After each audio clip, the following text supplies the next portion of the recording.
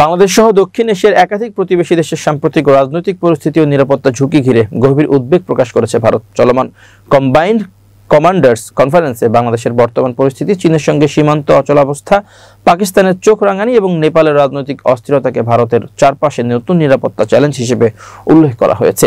এই বিষয়গুলো উঠে এসেছে কলকাতায় অনুষ্ঠিতব্য ভারতের উচ্চ পর্যায়ের দ্বিবার্ষিক সামরিক সম্মেলনে জাতীয় নিরাপত্তা, সীমান্ত পরিস্থিতি, বিদেশি হুমকি এবং ভবিষ্যৎ প্রতিরক্ষা প্রস্তুতি নিয়ে আলোচনা চলছে। প্রধানমন্ত্রী নরেন্দ্র মোদীর উদ্বোধনের মধ্য দিয়ে শুরু হওয়া 3 দিনের এই সম্মেলনে অংশ নিচ্ছেন প্রতিরক্ষা মন্ত্রী রাজনাথ সিং এবং শীর্ষ সামরিক কর্মকর্তারা।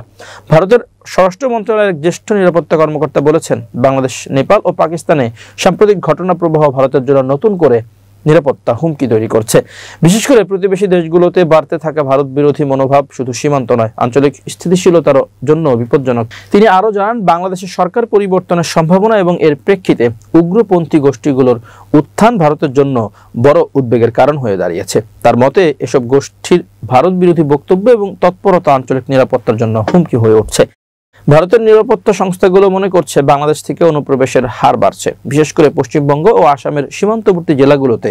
এতে ওই অঞ্চলের জনসংখ্যাগত ভারসাম্যে পরিবর্তন আসছে, যা ভারতের অভ্যন্তরীণ নিরাপত্তার উপর দীর্ঘমেয়াদী প্রভাব ফেলতে পারে। এদিকে সম্মেলনে চীনের সঙ্গেও ভারতের সীমান্ত উত্তেজনা নিয়ে আলোচনা হয়েছে। লাদাখ, সিকিম ও অরুণাচল প্রদেশ সীমান্তে চীনের পিপলস লিবারেশন আর্মির সঙ্গে চলমান অচলাবস্থা ভারতের জন্য পরোক্ষ হুমকি তৈরি করছে বলে মত দিয়েছেন সামরিক কর্মকর্তারা।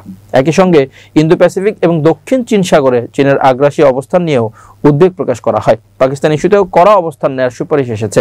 নিরাপত্তা সংস্থাগুলোর মতে, পাকিস্তান এখনও বিভিন্ন জঙ্গি গোষ্ঠীতে সরাসরি অর্থায়ন করছে, যা সীমান্তবর্তী রাজ্যগুলোর জন্য বিশেষ হুমকি। সম্মেলনে ভারতের সামরিক প্রস্তুতির রূপরেখা নির্ধারণ, ভবিষ্যৎ সক্ষমতা গড়ে তোলা এবং যুদ্ধ ও শান্তির সময় 2 ক্ষেত্রেই কার্যকর প্রতিক্রিয়ার কৌশল তৈরি নিয়ে বিস্তারিত আলোচনা হচ্ছে।